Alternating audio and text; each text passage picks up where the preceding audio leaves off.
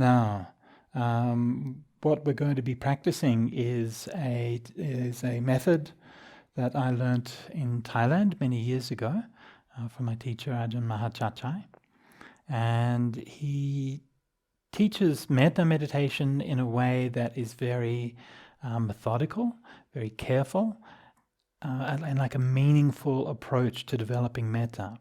When we talk about doing metta or loving kindness, it's very easy to talk about it as a nice emotion or a nice thing that people should feel. And we have this kind of idea, yes, of course, everybody should love each other. Yes, nobody should hate each other. That's great. And the world is full of people who say that and then go out and support wars and killing and do all of these terrible things. And so there's this disconnect between what we think, what our idea is, and what the reality is. So one of the purposes of metta meditation is to overcome that disjunct, because we all have that same thing. We all presumably think it's good to love and good to be kind, and yet sometimes we don't love, and sometimes we are not kind. And so we have that same disjunct inside ourselves.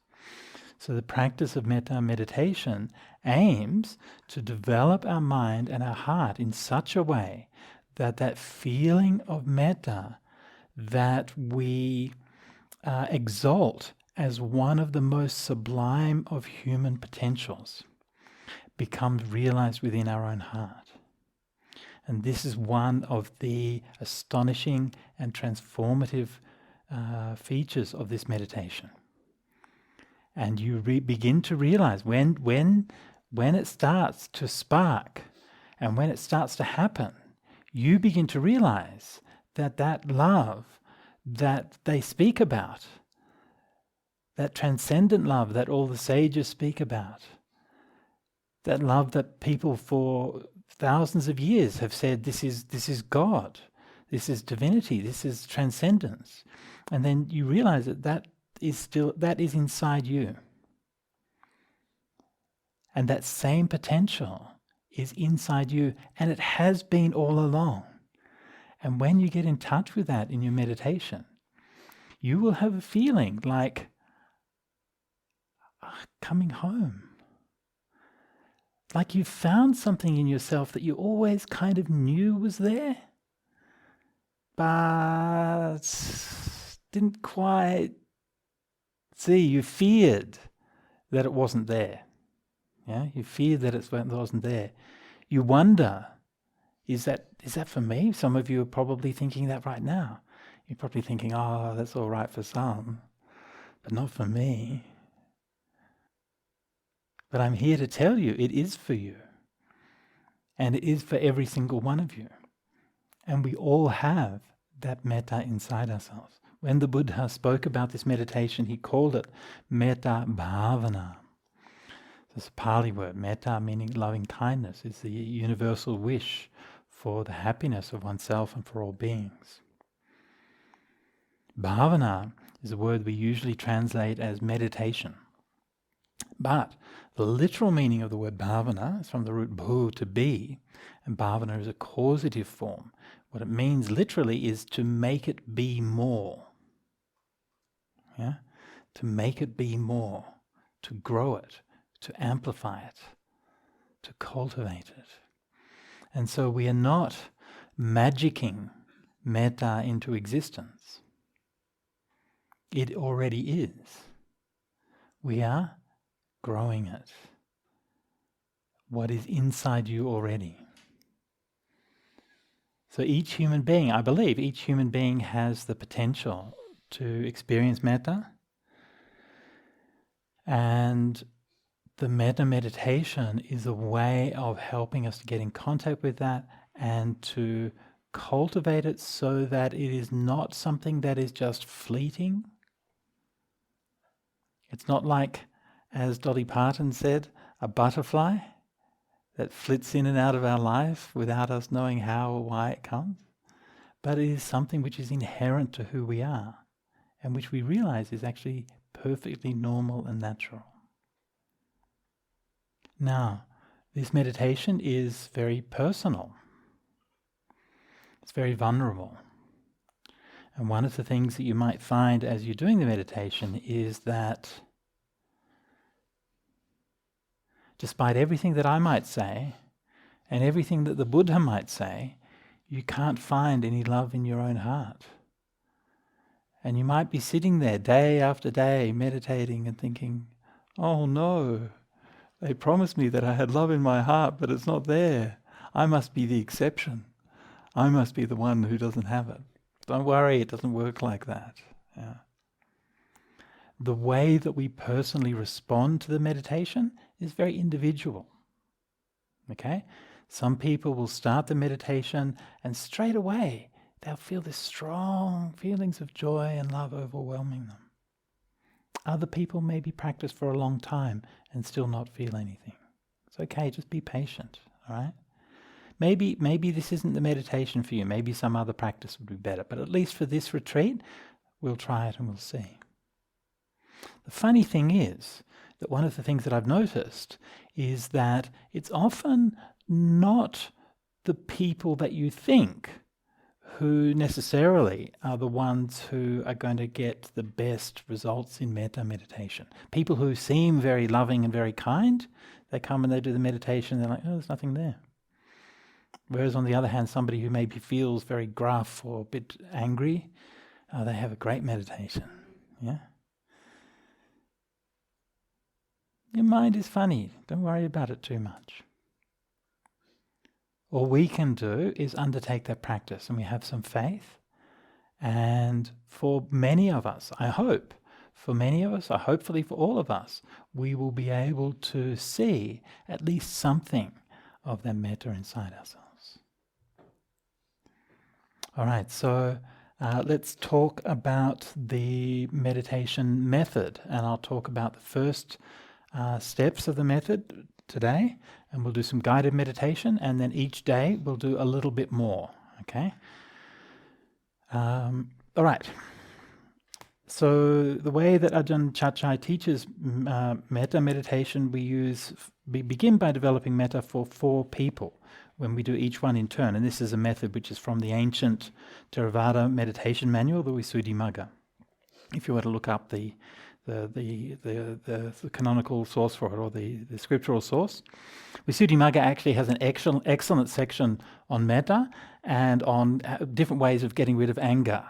So if you're doing this meditation and you feel yourself getting angry or having angry thoughts or something like that, then you can get hold of a copy of the Visuddhimagga. It's translated in English as The Path of Purification, and it has a whole list, page after page, of different methods of getting rid of anger. And I can guarantee you that by the time you've made it to the end, you will have forgotten what you were angry about. It's excellent.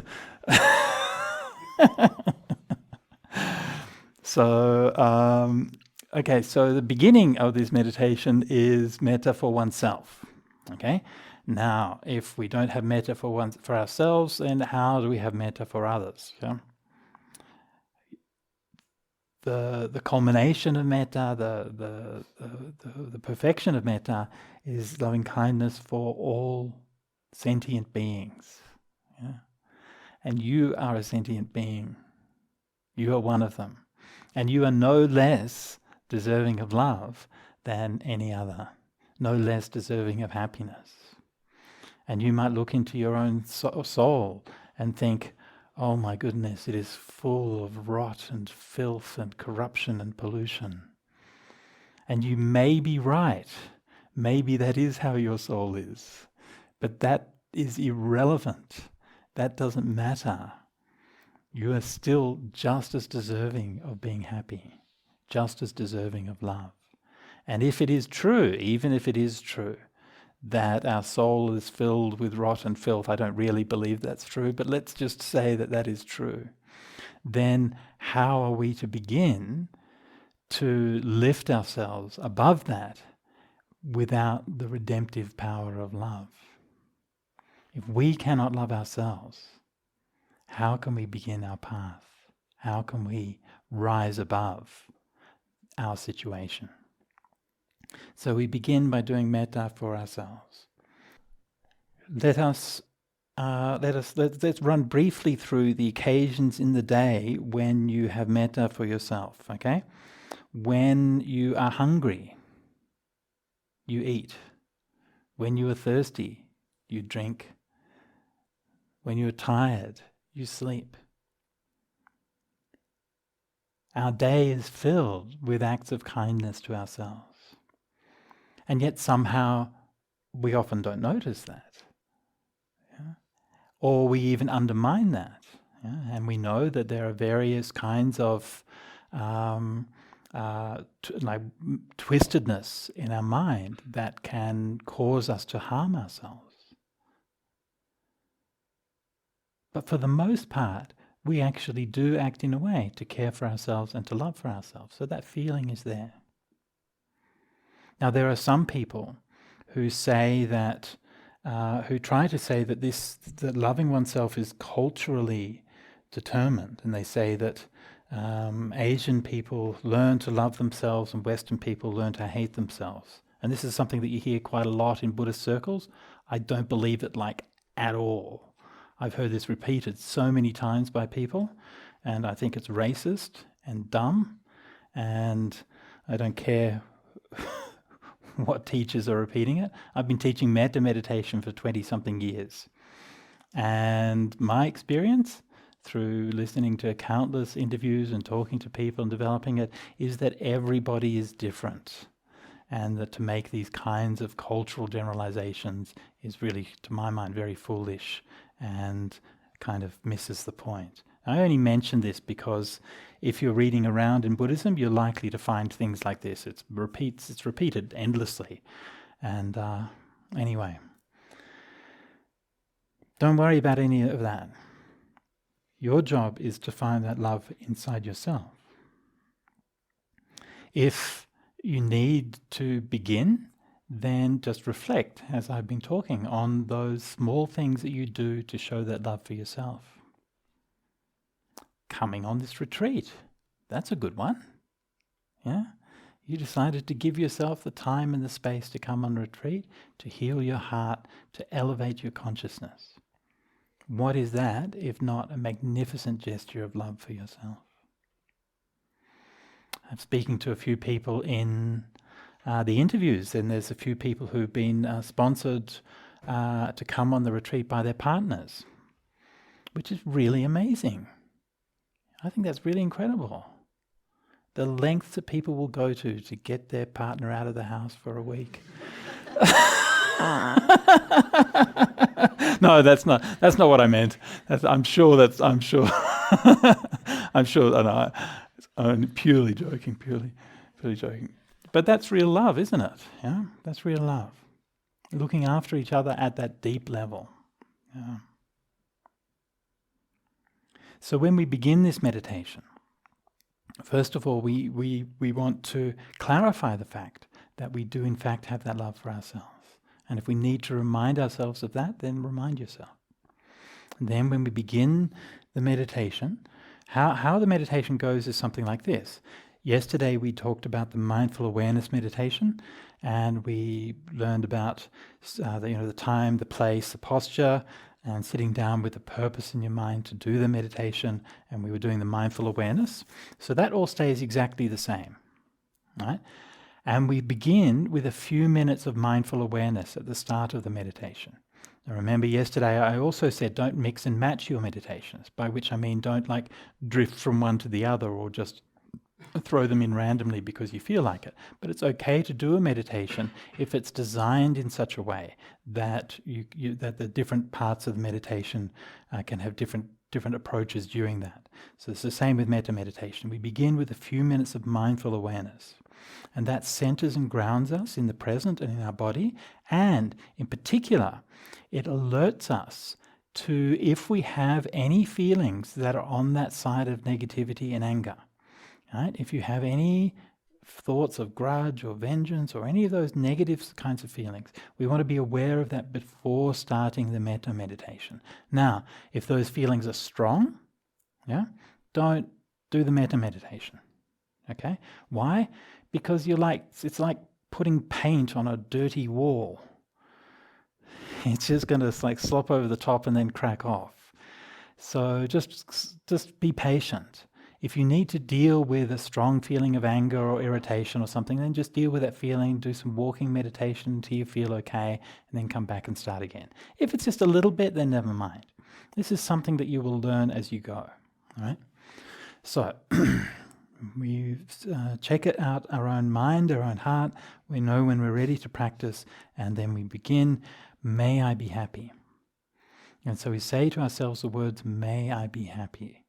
And we say those words continually on and on and on. And those words, which will develop and grow, they will change a little bit through the meditation, but those words are our friend and our support during the meditation. Okay?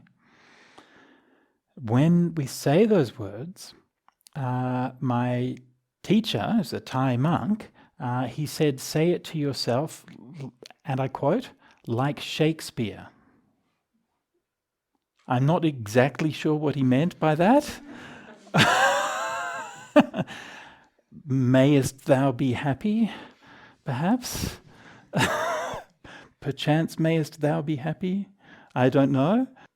I think what he meant was to say the words clearly, to say them distinctly, and to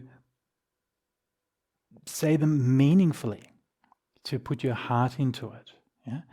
So this is not, don't let the words become just like a meaningless muttering that's just going along. Okay? You really want to, when we begin the meditation, we begin by actually making sure that we really wish ourselves to be happy, and making sure that the sound of the words inside our own mind is strong and clear. Okay? What this is doing, each step of this meditation, we'll talk more about this later on, but each step of this meditation is laying the groundwork in a very specific way for the development of samadhi. Right? So we are building the factors of samadhi one by one through the meditation. And the more care and attention we take at each stage of the meditation, then the better the results will be later on. So don't be in a hurry. Just saying to yourself the words over and over and over again. This, if this is all you can do, you're already fulfilling the second factor of the Noble Eightfold Path, which is right intention. Thank you. Somebody remembered. Okay, and the one before that was what? Right view. Excellent. Thank you. Yes, so you're fulfilling right intention. And as long as you're thinking those thoughts with your meaning and your awareness with it, then you're not thinking anything bad. You're not thinking any hateful thoughts. You're not thinking any cruel thoughts. So you can just keep on just thinking those thoughts forever, and no harm will come of it. Yeah? Now this is only the beginning of the meditation. And metta is not a thought. Right? We're going to go deeper than that. We're going to go beyond the thoughts. But what this is doing is directing our mind in a certain way, and it's laying the groundwork. So don't neglect it, and don't be in too much of a hurry. Each step of the way, pay your fullest attention to developing that step. So may I be happy, may I be happy. You're keeping your mind focused inside your heart, inside your body, okay? So for this whole meditation, you're always keeping your awareness inside your body, not letting it go outside. Why? Because then your concentration becomes diffused, your mind becomes diffused. So keep your awareness inside your body. Again, this is one of the reasons why we begin with the mindful awareness. So the mindful awareness helps us to realize where our body is. Not as obvious as you might think. Like a lot of us, I think James Joyce wrote, he said Mr. Duffy lived a short distance from his body, which is where a lot of us live a lot of the time. Yeah. So we're getting grounded, and we're getting that kind of solid basis of awareness in our body.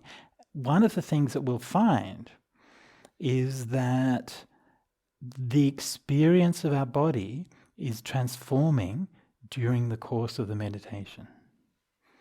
What we think is our physical body, our physical frame, turns out to be something quite different. So as we're continuing with the words of metta, we're continuing with the meaning of those words, and we're continuing to remind ourselves of that.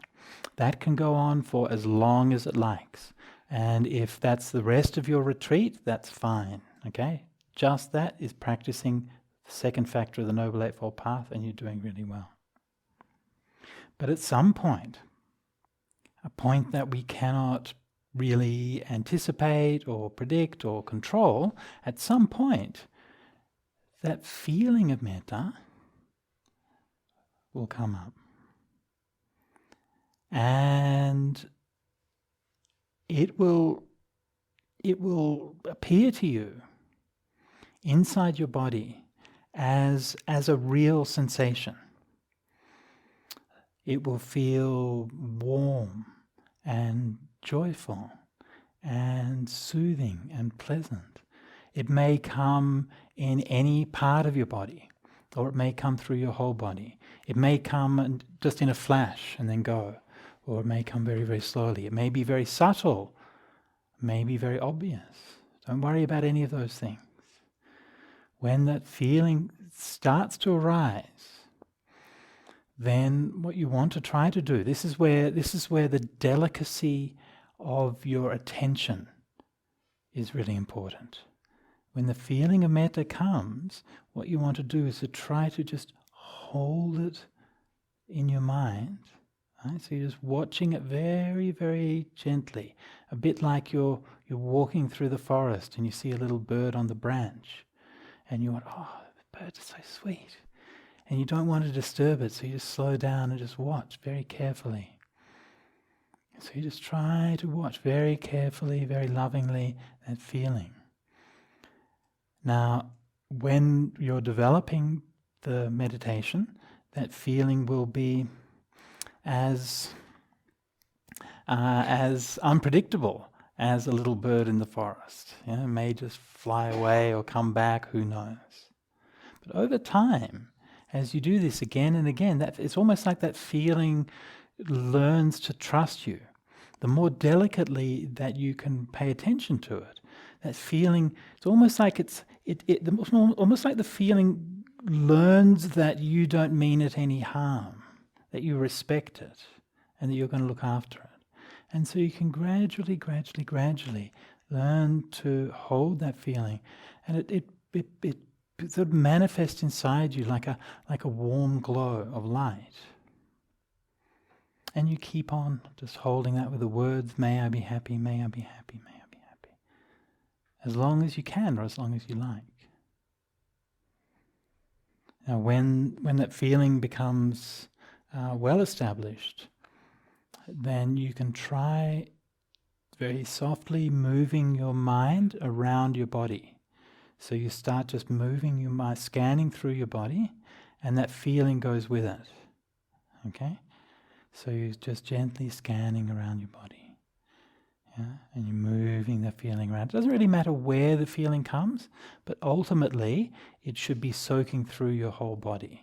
Sometimes you'll have like parts of your body that maybe the feeling of metta doesn't really like maybe you're like holding some anxiety somewhere, or you've got like a pain in your back or something like that. So when it comes to places like that, don't worry about them too much. If you start to sort of niggle at those places too much, then it will destroy or it'll tend to kind of wear down your metta at that point. So just kind of, oh, okay, I know you're there. I know that pit in my stomach is there, and that regret is there, or that whatever it is there. But I'm just going to kind of ease around you for the moment. Yeah? And I'm going to do the easy bits first. Yeah? And often enough, what you find is that when you do those easy bits and the body is mostly filled with metta, that those other bits will fill up just by themselves. So don't pay too much attention to those bits that are resisting the metta.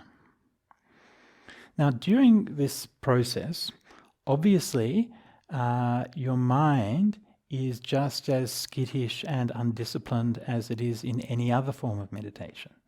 And you probably are off thinking about this and that and all of those kinds of things. Okay? Again, don't worry about those things. That's not your meditation. Yeah? Thoughts are not your meditation. there's different moods, or there's different memories, or there's different things. That's not your meditation. The metta is your meditation. You need to be very, very clear about that. Those other things don't matter. Yeah? Let them go. It's all right. Just keep coming back to the metta. And the longer that you go, the more you find that that feeling of metta will fill your mind and fill your heart. And all of those other things will tend to quieten down gradually. So this is how to practice the first stage of metta meditation.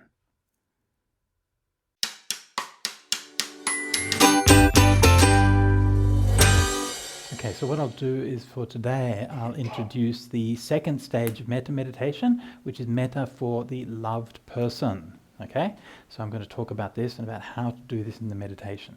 Now, some of you, look, honestly, when we're teaching it on this retreat, we're going way too fast, okay? And I just want to put this right up front. If you want to just do metta for yourself for the next year, good on you, okay? Don't be in a hurry. It's fine, okay? It doesn't matter. Just take your time. So during this retreat, we're going to go through the spectrum of the meditation, and the reason for doing that is because hopefully some of you will go through that spectrum, if not now, then at some point in the future. So we're going to be teaching you that whole thing, and you'll probably be, maybe stepping out in front of where you really should be going, but that's okay. At least you get an idea of where it's heading. So we've been doing metta for ourselves. Some people have been getting good response from that, some people not so much, and that's very natural for how this meditation goes. Now, I mentioned yesterday that we're doing metta for 4 people: oneself, a loved person, a neutral person, and a disliked person. So this is the 4 quadrants of this meditation. For today, we'll be doing metta for the loved person, okay? Now, generally speaking, to do metta for the loved person is not difficult, and it's not very different from what you've been doing already.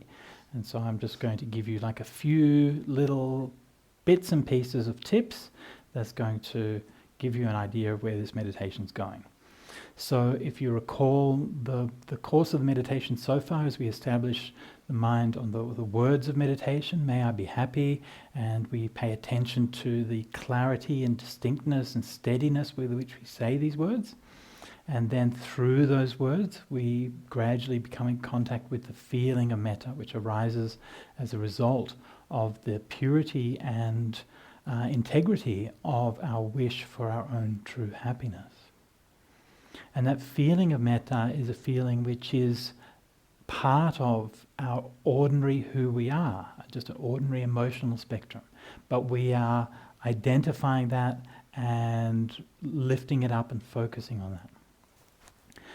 Now, once that feeling is present and once it's reasonably stable, then we can spread that through the whole body, gently moving the mind through the body and taking that feeling of metta through the body until you feel like your whole body is saturated with that loving kindness. And then once we can do that, then we maintain that for as long as we can. Ideally, if we can maintain that for 10, 20, 30 minutes when we're practicing, something like that. So this is a slow process, take your time. Don't be like forcing yourself, I've got to sit for this amount of time or that amount of time. But just be able to assess, there's a difference between having a pleasant feeling that comes over you and having the feeling of metta which you can actually develop and maintain and hold. This is what we're after. We're after something that's going to be really steady and stable. That's what the meditation is building towards. So as we keep on going. Now when we can do that, this is the technical term as used in Ajahn Mahachachai's system. He calls this what they call the Uggaha Nimitta, or the preliminary nimitta, preliminary sign. And I'm going to talk about that for just a minute. Now, many of you may have heard people in meditation talking about nimittas. If you're familiar with Ajahn Brahm's teaching, he talks about nimittas all the time.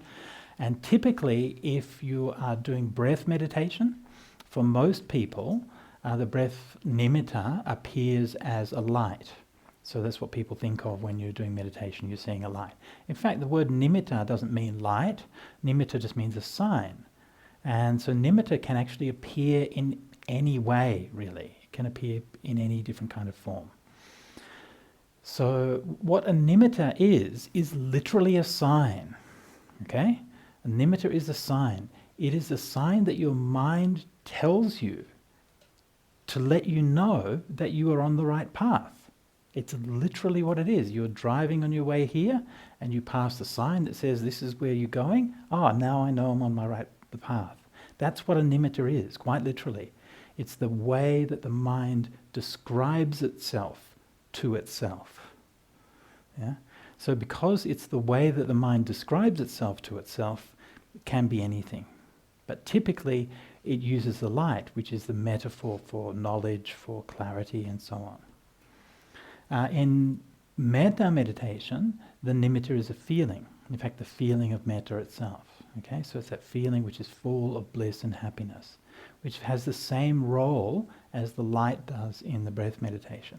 So I'm not going to be discussing the breath nimitta and the light nimitta in this retreat, but they're basically the same, except for the way that you see it, the manner in which you're aware of it. In fact, the light nimitta also comes with the feeling, and the feeling nimitta also comes with the light. They're really just two sides of the same thing. But in the metta nimitta, the feeling tends to be prominent most of the time. Okay? So why do we call it a nimitta, or how do you identify it's a nimitta? With that preliminary sign that we're talking about right now, the basic thing that happens is that you feel that your mind comes together and that it's mostly settled around that feeling, which is mostly steady, right? We're not talking about like a super deep state of concentration or samadhi or anything at the moment. We're talking about the mind feels collected.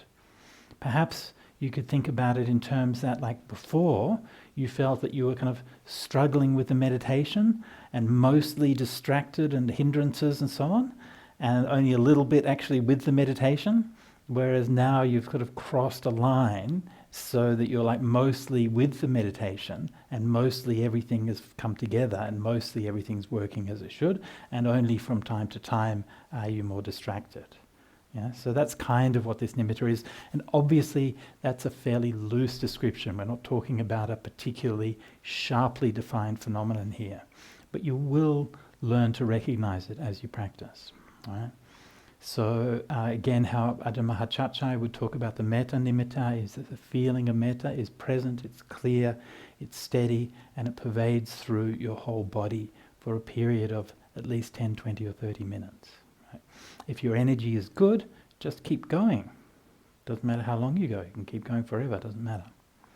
So this is the nimitta. This is the sign that your samadhi is starting to come together.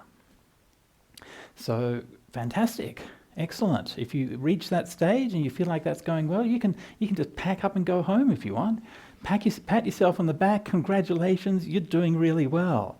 And if that's all that you ever, if meditation goes in your whole life, I don't know, it's pretty good. And it feels so lovely, and you feel so refreshed, and your body will feel at ease, and your mind will feel at ease. And all of those like stresses and worries and anxieties that you have, it's not that they're gone, but they're not overwhelming you in the same way. You realize that within you have a place where you don't have to be dominated by those things. There is something inside you that is the place of freedom from those things. So this is a very powerful and very beautiful state of meditation. But we're only getting started.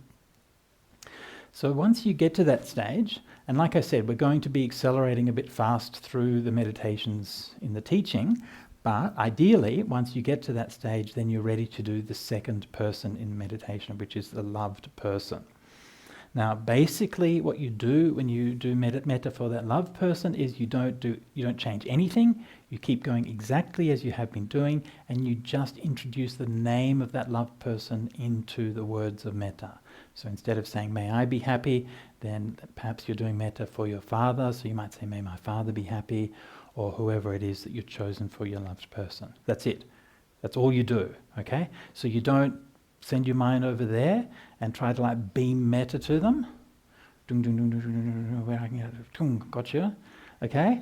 You don't like think about all the nice times that you've had together and all the kind things that they've done, right? No, don't worry about any of those things. Your mind at this point is already strong. It's already clear. And all you're needing to do is to just remind yourself of that idea of that person. And that person's name is already enough to conjure up those kinds of emotional reactions that you need. Okay? Now, often people will ask, if you do this metta for other people like this, do they feel it? What do you think? Yes? You think they do? No. You think they don't? Who thinks they do or don't? You think they do? Who thinks they don't? Okay, very good. Well, what I can say to that is that all of those responses are very unscientific. What you should be doing is systematically developing metta for Aunt Sally at 7 p.m. without telling her, and then give her a call and say, hey, Aunt Sally, how's it going? Yeah, good, that's nice. Yeah. So how are you feeling around 7 p.m. this evening? Yeah. And we can test these things. Actually, there are ways of testing these kinds of responses. And you could do the same thing with your pets, right? Yeah, you could actually set up a scientific experiment. For example, you could say, let's say you have a dog in your house. You could say, I'm going to go and sit meditation, right? And I'm going to do breath meditation, right? And I'm going to make a record of how many times the dog comes into my room to sit with me when I'm doing breath meditation. And then I'm going to do metta meditation for my dog. And I'm going to make a record of how many times the dog comes and sits with me when I do that. Yeah? That'd be good, wouldn't it? Yeah? So then you can find out for yourself. Yeah. So there are ways of testing these things. So if you're interested, I think personally, I think this is an open question. My own belief is that, and this is not a particularly scientific belief or even a particularly Buddhist belief, but I think that we are less kind of cut off from each other, less kind of unified than we like to imagine. That we're more like kind of nodes of energy which kind of blurs off into the distance a little bit. And so we do kind of influence each other in different kinds of ways. And I think in meditation, then that can enhance both our sensitivity to others, but also the way that we affect others. But that's just my personal belief. Anyhow, so we're doing the metta, and we're doing the metta for that person who's a loved person. And there are a few words of advice that the ancients have passed down to us about who is a good person to develop metta for the loved person. Okay, a few tips here. Okay, number one, don't develop metta for somebody who you are sexually attracted to. Okay, for obvious reasons.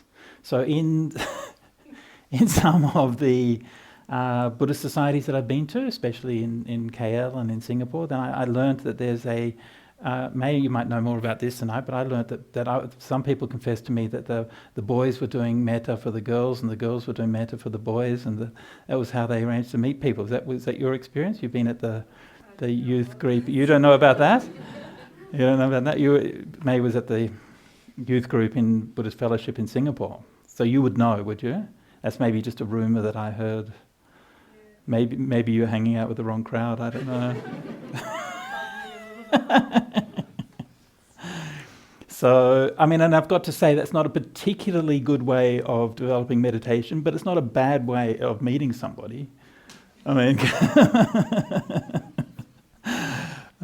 anyway, moving on. So if you think of somebody who you're sexually attracted to, then obviously you can have feelings of lust arise, which can then interfere with your meditation. So that's not recommended. Then also don't include in your metta meditation somebody who has passed away, like any of your relatives who have died. Okay, because if you, it is believed that like if you do metta for maybe Aunt Sally has died a few years ago and you're doing metta for Aunt Sally, and Aunt Sally, maybe she's like sensitive to you doing that, and she comes to visit you from the other realm while you're meditating, and that could be disturbing. Or, for those of you who don't believe in ghosts, also the feeling of metta might be disturbed because then grief can arise. Yeah? And you have that sense of grief and that sense of loss that can arise when somebody that you love has departed. So again, that is a recommendation. So generally speaking, metta is a very simple emotion. The simplest of emotions. It's childlike and pure. It's not complicated, it's not cynical, you know? And I remember one time I was teaching at the Buddhist Fellowship in Singapore, and one of the things I said was, don't do metta for somebody who you have a dark and twisted love-hate relationship with. And there was this couple in the front row that immediately looked at each other like this. And I was like, oh, that's so sweet. These guys are like, they're really self-aware, They know exactly what's going on. I thought that was really sweet. So, so keep it simple, okay? This is not a place for you to solve your, relationships or to sort things out or to heal yourself or anything like that. This is a place for you to experience metta. And we're trying to do that the easiest way you can. Now, of course, it's the case that we would hope that once, you come out of the metta meditation and you're going to have more love and more respect and so on for those people around you. And I think it's also important to notice that meditation, okay, what we experience in meditation doesn't have a determined relationship to what we do outside of meditation, right? It's not fixed. It's not necessarily the case that you're going to do metta and that therefore you're going to come out of that meditation and be more loving to people, right? That's not fixed. That depends on what you do when you come out of your meditation and you deal with people, because your mind is messed up and all kinds of things can happen. And it's very easy, and in fact it happens all the time, that people will go into meditation, they'll have a nice meditation, and then they'll be like, I'm the one who has metta. I had a nice metta meditation. I have metta. I have metta. I am the one who has metta. And the conceit comes in. And because the conceit comes in and you identify, I'm the one who has metta, therefore if you're in a conflict with somebody, they must be the one who doesn't. They must be in the wrong because I'm the one who's right. Because after all, I know I had metta, right? So these are the kinds of ways that our defilements and conceit and so on can come and twist even those pure and good experiences. So what I'm saying here is that when we're thinking about how meditation affects us outside of meditation, that depends on what we do. We have to consciously take those things we've learned from meditation and make sure that we apply that in our relationships with others, yeah? Rather than thinking that somehow it's just going to automatically, magically manifest. It doesn't work like that, right? There's a term that the psychologist Ken Wilberby uses for this. He calls it relatively independent.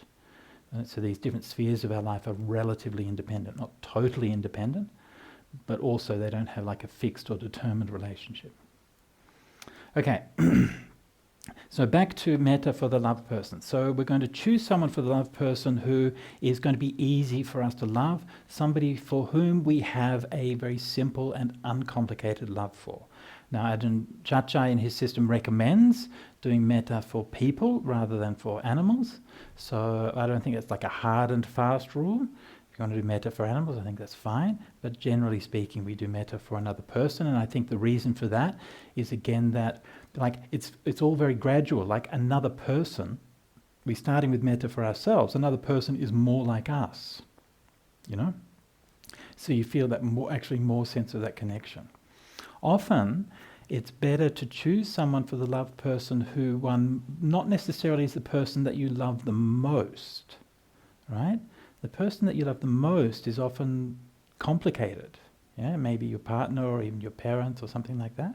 Not always, but often that can be the case. So maybe it's someone who is a little bit more distant, like maybe your grandparents, or it could be even like a teacher or a good friend or something like that.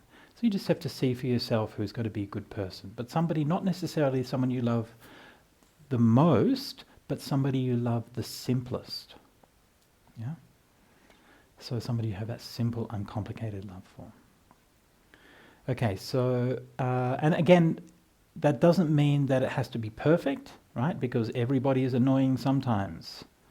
That's just how it is, right? But just generally speaking, somebody who, when you think about them, you have those positive feelings for. So we do the meditation on oneself.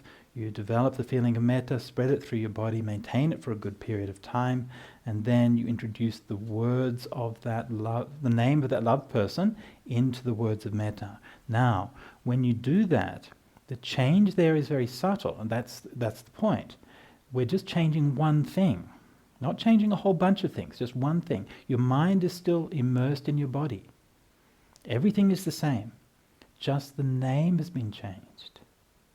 And then you can see how that affects your experience of metta. Sometimes, maybe the feeling of metta will fade away. Maybe sometimes it might evoke some memory or thought or response of that person. Maybe that will distract you. Or maybe it will be much stronger. Maybe you do metta for the loved person and suddenly the metta fires up and it's much stronger than it was before. So this is what we're learning through doing this process. Right? We're learning that our metta for these different people is different. And that is ultimately what we're aiming to overcome. We're aiming to be in this place where the metta that we have for everyone, for literally every being in the world, is the same. Yeah? That's the outcome of this meditation. And this is our first step towards developing that. How is the metta for a loved person different from the metta for oneself? Yeah? And so we keep on doing this backwards and forwards. You can go, generally speaking, you develop metta for yourself, then metta for the loved person. If, in that second stage, if the metta falls away, right, then come back to do metta for yourself. Develop it again and then go back. So you can do that as many times as you like. If the other thing happens, if you do metta for a loved person, and then that it becomes stronger, then you do the opposite. Then you come back to yourself and you try to develop metta for yourself until it's just as strong as it is for the loved person. Yeah? So you can go back and forth between these until they're equalized. This is the aim. The metta for oneself and metta for the loved person shouldn't really be much different. That's where we're aiming for. Of course, that will vary and that will change over time. Right? It's not just an either-or situation, but that's generally what we're aiming for. If you find that when you do metta for yourself, that nothing happens, and then you do metta for a loved person, and then you feel that strong metta, it's okay to swap the order around. Begin with metta for a loved person, and then do metta for yourself. Okay, but in either case, then make sure that we develop it so that both of those are fully developed. Sometimes people use various kinds of hacks to get the feeling of metta going. So you might like have a nice picture of some puppies or something like that, or you can do something that's going to make you go, oh, that's so sweet, and then you have the feeling of metta going on. Personally, I don't emphasize doing those things too much. Like if you want to do those things, fine, right? If there's something that makes you feel metta, that's very personal, memory or a thought or an image or something, that's not a problem. But my reservation is that those things tend to be a bit of a sugar high, and they don't tend to be like really repeatable or lasting. And then if it doesn't work anymore, then you're like, oh, what's the next hack? And so you're going around constantly looking for hacks rather than actually just developing your meditation. So just be patient, all right? Just take your time. Don't worry about it. The metta is there. Yeah? And if it's something that helps you to spark that metta, some memory or some thought or some idea, that's okay. But always come back to focus on what are the fundamentals of the meditation. That's what really matters. That's what will lead your mind to samadhi.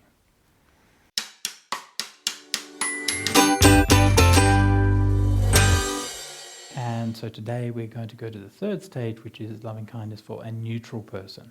And as I mentioned yesterday, we're going too fast. I'm well aware of that, so don't worry about it, okay? I'm not expecting you to, necessarily keep up or anything, but it's more just about like checking out what these different stages are like, really. If you want to just keep meditating, doing metta for yourself, or metta for yourself and a loved person, honestly, that's probably best. But we'll just go through the different stages so that you know what they are. And of course, through the interviews and you hear people's different responses to the meditation, and some people getting really powerful responses and some people getting nothing, reaping, as the Buddha would say, reaping nothing but weariness and frustration, which is fine, okay? Just be patient. The Buddha gave a simile of the chicken sitting on the eggs. So when the chicken is sitting on the eggs, if she wishes, may these eggs hatch and be healthy, doesn't really make any difference. All that matters is she keeps on sitting.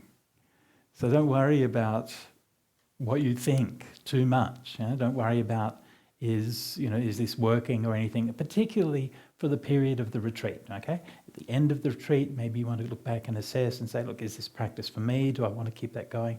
But for now, just throw yourself into it. I guarantee you that's the best way to do it. If you don't get anywhere, it's all right, you learn something. Yeah. This is science, right? It's how science works. You get just as much information from a negative result as you do from a positive result. Maybe not as exciting, but still you can learn. Okay, so today we're going to do metta for the neutral person. But before I go on to talk about that, I'm just going to mention a couple of things which have come up in the meditation, and just to go over those. One was that when doing different meditation methods, and I don't, as I mentioned before, I don't recommend mixing different meditation methods in the same sitting, okay? So if you want to change meditations, that's fine, get up and then come back and start a second sitting. But I do recommend to keep doing the meditation that you have already been doing. So don't completely stop doing the practice you've done in the past. Keep doing it and then do some metta meditation as well, all right? And do a few sittings each day of each practice. And so don't think that don't think that it has to be sort of either one or the other. Actually, it's very helpful to learn different practices. Just bear in mind that each practice is distinct, and try to remember to preserve the integrity of each practice when you're doing it. When you have mastered those things, you can do what you like. Okay, you don't have to worry about any of that. But when you're learning, just sort of keep the method as it is as much as you can. So now we're going to do, I'm going to talk about doing metta for the neutral person. Okay, so doing metta for oneself and doing metta for the loved person, these generally speaking are the easier stages, so they generally speaking go okay. And from speaking to people in the interviews, most people seem to be doing that just fine. So that's good. Even if you've, and my definition of just fine might be different from yours. You might be thinking, I'm getting nowhere with it, but to me that's just fine because you're persevering, so don't worry about it, okay? So just keep going. Some people have been afflicted with blind rage when trying to do this practice, which also is an interesting reaction. So the human mind is complicated, and we should be aware of the uncertainties of anything like this. So now we're going to go to the neutral person. Now, unlike oneself, typically with oneself, there's one of you, right? Right? Unless we have anyone with split personalities or something, so that's good. We've got one person. And with loved people, there's a few, typically. But with neutral people, there's a lot. Right? There's 9 billion or so. So how are we going to choose which neutral person that we're going to think of in the metta meditation? Well, use a few basic criteria. Number one, the neutral person doesn't have to be somebody who's completely and totally neutral in every way, okay? Just someone you don't have any particular strong feelings for one way or the other, all right? the same rules apply as for the love person. Don't choose somebody who you might be sexually attracted to or somebody who's passed away. Right, yes, neutral person. So it doesn't have to be like complete, just somebody who generally you don't have strong feelings about. It should be somebody that you know, all right? And it should be somebody that you know their name, right? Not just some rando walking down the street, okay? Because you have to have a clear idea in your mind about that person. Now, particularly with the neutral person, okay, each of these stages of metta has a kind of a particular kind of downfall that you can fall into, all right, when it goes wrong. So with metta for yourself, right, so the flip side of that, where that goes wrong, is into narcissism, right? If you just have metta for yourself and it's not leavened by anything else, then it can become narcissistic. Love for a beloved person, right? Then that can turn into desire and attachment. Yeah, even maybe it's not sexual desire or anything like that, but it can still be some form of attachment or something like that for that person. Maybe you start to sort of flip over and you're thinking about like what that person can do for you, right? Rather than that purity of that metta. And third person, the neutral person, also has a flip side, which is delusion. Yeah, because the third person, neutral person, we don't really care about them, and so they don't actually provoke any feelings in us. So we can easily just not pay attention. So this stage in the meditation, it's quite common that what will happen is that your mind might just drift because you're actually not really interested in that person, or your mind might lose energy. Yeah, same thing. You don't have an interest in the meditation, so your mind gets bored and the energy drops. All right. So these are some of the problems that you can encounter in this kind of meditation. And in fact, you probably will encounter them. Right? This is normal that these things will happen at this stage of the meditation. So we choose that third person. Don't choose a third person who is like a bad person or somebody who is messed up or something like that. So choose like a sort of fairly, basically bland, normal kind of person, yeah? Because you tend to take on the characteristics that they have. So if you choose, say, a very delusional person for that, then you tend to absorb their characteristics. So just like an ordinary person, so it could be somebody at your work, so it could be somebody in your neighborhood, it could be someone on the meditation retreat, yeah? Someone at your local Buddhist center or something like that. Somebody who you know well enough to say hi and you know their names, but maybe you're not really close friends or you don't have any other kind of feelings about them one way or the other, okay? Because the counterpart of this meditation is delusion, right, with neutral feeling and delusion, then we want to be very clear when we start it that we have enough energy and enough focus in the mind, okay? But when you're practicing it, keep practicing metta for yourself and the loved person until you feel that that is like really good. Like you feel the metta for yourself is nice and strong, for the loved person nice and strong, and you have a lot of clarity and energy in your mind. And when you feel good and clear like that, then you can say, okay, let's try doing metta for the third person, okay, for a neutral person. But if you feel like you're kind of starting to lose energy a bit, starting to lose focus a bit or something like that, then don't go to the neutral person. I mean, you can if you want, but most likely it'll just kind of vague out and your meditation will fall apart. It's not going to really hurt. The only thing that can happen if you do that is that you can fall into what in meditation circles they call bhavanga. So bhavanga is basically a state where it's very peaceful, but your awareness has kind of slipped kind of below the threshold. So you're not like quite asleep as such or quite awake. And your mind is very still. And you can stay in that state for quite a long time. And you can even tell yourself that you're in a state of samadhi. Right? You can come along, you can sit and you say, wow, nothing happened for the last hour. Right? I must have been in jhanas. That's great. And if you get into that mindset, which some people do, then you can keep on doing that again and again for years, thinking that you're practicing some deep meditation. So this is what they call bhavanga.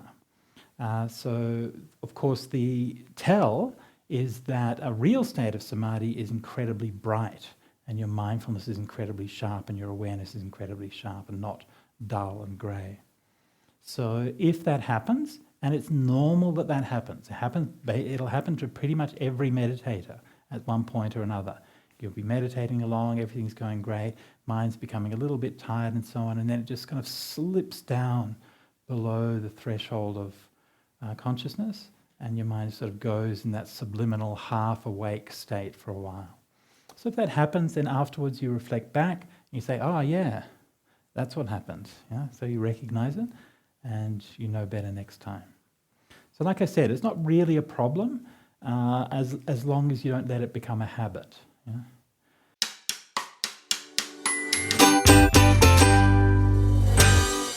Some people here have told me that they really don't like doing metta meditation. They hate love. I love that. I think it's fantastic. I think we need more people in the world who hate love. Everyone loves love. It's boring. It's like a bunch of sheep. Everyone thinks love is such a good thing. Okay, so I think it's great that we have this diversity of humanity, and that some people think love is challenging and difficult. I think it's fantastic. Actually, it's really interesting because it's actually very true. Because love is a very challenging emotion. And yeah, we had this idea. Of course, everybody knows it's a good idea, but the reality is that the reason why it seems rare is because it actually is a challenging and difficult thing that leaves you open, leaves you vulnerable, and it requires a lot of surrender and a lot of things. So it is actually it's not as straightforward as we like to imagine it is. So if you're not enjoying or not doing the metta meditation, I think that's fine. We do something else, but the only thing that I would say is don't close yourself off to the possibility. Because all of us are growing and changing, even as we're sitting here. No matter what you think, no matter you might say, I've been doing this for 10 years, I've been doing this for 20 years or whatever, that's 10 years, that's the past. Right? That doesn't determine the future. All of that time, every time that you're meditating, you are changing. Right? And you changed this morning when you did that meditation. You learned something about yourself, and you learned something about how these meditations go. So don't see that as being like a failure or being a problem. That's interesting. My mind responded in these different ways to these different meditations. Now I've learned something. Yeah? This is good. Yeah? So when we're doing the metta meditation, my advice, and I know other teachers teach to connect your metta with your breath or whatever, that's fine. You want to do that. But my recommendation is to not do that. And certainly that's in the suttas is the case. There's nothing in the suttas about combining these different meditations or anything like that. So with metta meditation, we are committed to that. We're committed to developing metta to the deepest level possible. And where that starts to get very exciting is when we're starting to do metta for the disliked person. And that's what I'm going to talk about today. So that's going to be fun, all right? So we've done metta for oneself. Nice. We've done metta for a loved person. Okay, we've done metta for a neutral person. Okay, let's just assume hypothetically that all went great. Okay, and here we are. We've done metta for a neutral person. Body is filled with metta, filled with love, and you feel like the solidity of that, like it is like gelled into a kind of a firm, but very soft and very stable feeling of metta. And then you think you want to develop metta for a disliked person. So what happens then? Well, basically, it's the same as what we've done with the previous two people. So you think of a person who you don't like, and then you just put the name into the words of metta when the appropriate time comes. So the basic method is exactly the same. It doesn't differ at all.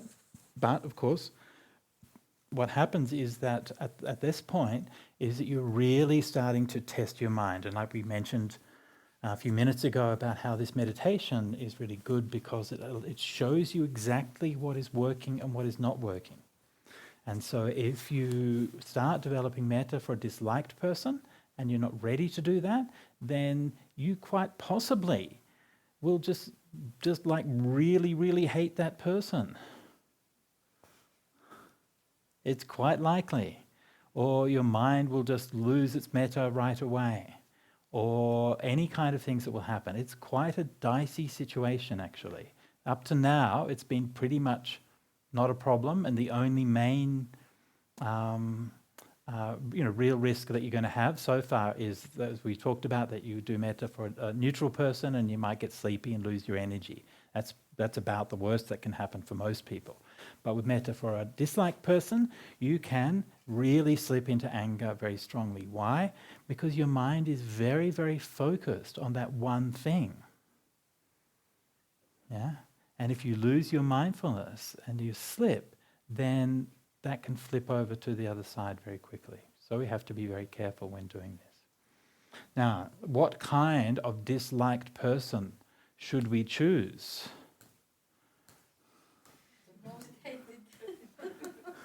The most hated person in the world? Well, we're not going to name any names. Sorry? Anyone else, like, doesn't have to be someone connected to you, it can be a politician or someone. Just for example. Look, okay. Thank you for saying that. Yeah. Look, I'm just sorry. Yes, that's right. Yeah, group hate. Yeah. Definitely not recommended. But I mean, just a bit of a shout out for poor old politicians. Like, politicians get a lot of crap from people, and I know that they often deserve it. But sort of small little kind of family anecdote. My sister used to work for a man called Jeff Gallop, who was the then Premier of my state, Western Australia. And Jeff was a really lovely guy, very intelligent. He was a Rhodes Scholar, very a lot of sincerity and integrity. And he was elected Premier, and my sister was his Chief Policy Officer, and later on his speechwriter. And when she got her new job as his speechwriter, he was on holiday, and she wrote him the first speech of when he was going to get back and he was going to give this speech. She wrote it and sent it to him, and then the message that they got back in the office was, "Oh, I'm going to resign. Because of depression." And my sister was like, "Oh, I hope it wasn't that speech that I wrote. It wasn't that bad, was it?" But he resigned, and he was suffering from. He went away on holiday, and he realised that here he is, surrounded by everything's nice with his family and everything, and yeah, something's badly wrong. And that was a kind of a very important moment in Australian political history, because I think it was the first time that a person in such a position of prominence had admitted that they'd been suffering from this mental illness. And he had been always a very good friend of ours, a good friend of the Buddhist Society. He opened the Jhana Grove Meditation Centre, and he's a good friend of Ajahn Brahm and myself, and I still stay in touch with him. Actually, Jeff came along to our, we did a launch for a book project for sort of Central earlier in the year, and Jeff kindly came along and gave a bit of a talk and a bit of a chat for that as well. So a really nice guy. And he couldn't survive in politics. Ended up suffering from clinical depression because of all of the crap. Yeah? And I think it's really important to just bear that in mind. There are some people who can survive in that environment very easily. Those people are psychopaths and narcissists. And that's why they end up at the top of the heap so very often.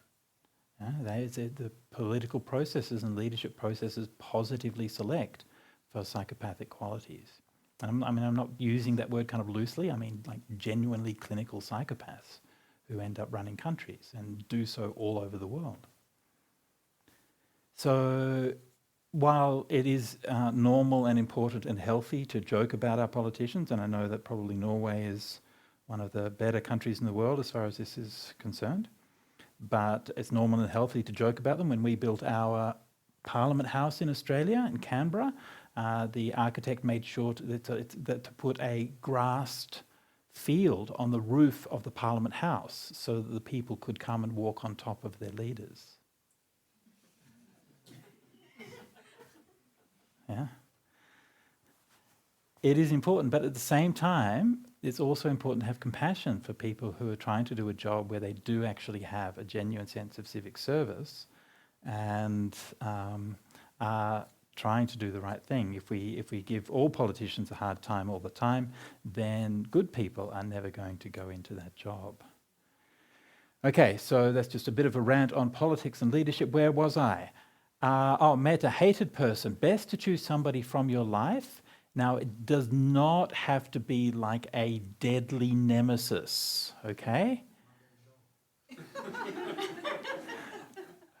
Now, that is such a sexist cliche. Mother-in-laws, generally speaking, are very nice. Anyway, yes, could be a mother-in-law. Thank you. Somebody in your life who you don't like, somebody you find annoying, right?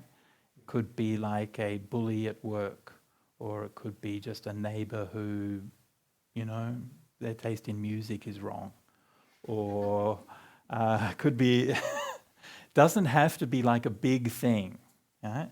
It can be just a small thing. In fact, it's probably better if it's just a small thing. Yeah?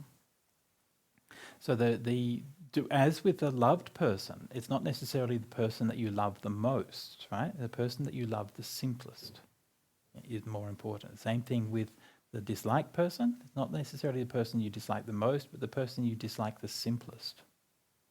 Yeah? You want to keep this very clean as possible. So before you start the meditation, then think of a person who you dislike, and then that's usually the easy part. The hard part, stop thinking about them. Okay? Right? Just stop. Just don't do it, right? So at this point already, this is where you need that strong mindfulness. Before you're meditating, you're like, okay, I'll do a metta for a disliked person. Who's that? Oh, yeah, that's Gary. Oh, yeah, okay. Oh, bloody hell, he still hasn't given me back that money he owes me. Right? Tight bastard. And... and as soon as you start proliferating like that, it's going to undermine your development of metta right from the beginning. So it's really important that you have that mindfulness to think of that person who you dislike and then stop thinking of them. Okay, this is really important. The purpose of this is not to analyze why you dislike them or all the things that are wrong about them and all the bad things that they've done to you. The purpose is not to heal the relationship that you have with that person. Right? Hopefully that can happen, right? But that's not the purpose of the meditation. The purpose of the meditation is to overcome the hatred in our own heart. Right? So remember that. So when we come through the meditation, metta for oneself, or a loved person, neutral person, disliked person. Now, if things are going well, what will happen is something like this. All through this meditation, our samadhi and our mindfulness has been growing stronger. And that manifests as more stability of mind, more clarity of awareness, and it manifests in metta meditation as the persistence of that feeling of metta. And the longer that we're going on, the more that we are becoming immersed in that feeling of metta. That's the process of samadhi. So remember how I've talked from the beginning about how we feel that feeling of metta through our own body. Okay? Now, I'm going to talk a little bit about what the body means in Buddhism and in Buddhist meditation. And this is an often controverted topic, and I think is widely misunderstood by people who don't know how to read apart from anything else. But the body has the body that we experience in meditation is not the same body that a doctor will look at. Okay? A doctor or someone outside will look and will see what that looks like from the outside. We experience our body from the inside. And that experience of the body that we have from the inside really has two dimensions. One dimension is from the direct experience of sense input, right? Sight, sound, smell, taste, and touch, that we actually literally are experiencing these physical phenomena as we are sitting there. That's one dimension of the body. The other dimension of the body is the inner idea we have about our body, right? So we have a perception of our body. We have an inner mental image of what our body is. And it's because we have that inner mental image, that's how we can do things. It's how we can walk around without bumping into things. And it's how we can manage to actually coordinate our body. So this is a normal part of how the human mind works.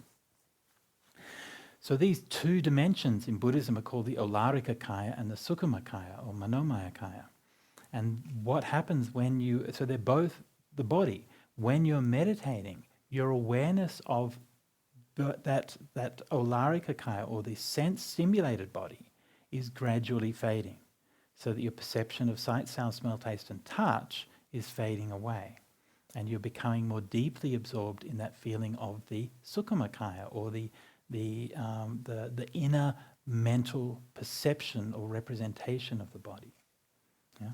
I know that sounds like a lot of fancy words and so on, but how you experience that in meditation is that as you go deeper in meditation, your hearing will tend to fade away. Yeah? That your sight may fade away. Like you might be sitting in meditation and your eyes can drift open. I don't know if this has happened to anybody, but this happens to me when I meditate. That you close your eyes, you meditate, and as your mind becomes peaceful, your eyes actually start to drift open unconsciously, but you don't see anything. Yeah. If I'm in Australia, you're sitting there and the eyes drift open, you don't see anything until a kangaroo hops in front of you. And you're like, oh, okay. You don't really, so your senses are shutting down because you're not paying attention to them. And even in the physical senses, like all those feelings of pain or itches and all of those things, which were quite overwhelming at the start of the meditation, and these are all starting to recede. And the feeling of metta, which is manifesting through that subtle body or that representational body, that is becoming very, very apparent. So there's this kind of whole dialogue in Buddhist meditation about are you experiencing your body or not, and blah, blah, blah. But a lot of that has just come from a misunderstanding of what the word body means. Actually, the body starts with the meaning of like this physical entity that we have here, but it also means something like the field of perception or the field of direct awareness. So as you go into the fourth stage of metta meditation, the property of one-pointedness, which I'll talk about more this evening, but the property of one-pointedness starts to become prominent. What that means is that your sight, sound, smell, taste, and touch really start to fade away, and you are only doing this one thing. Why? Because your mind knows, subconsciously your mind knows that this is what I have to do. My task right now is to overcome hate. That's it. And all of that work you've done, all of that meditation you've done, all of that, I'm not saying you're thinking about this consciously. It happens purely through the subconscious. You focus like a razor on that one thing, and everything else falls apart. And so when that happens, it's almost in some ways like the opposite of what happens with the neutral person.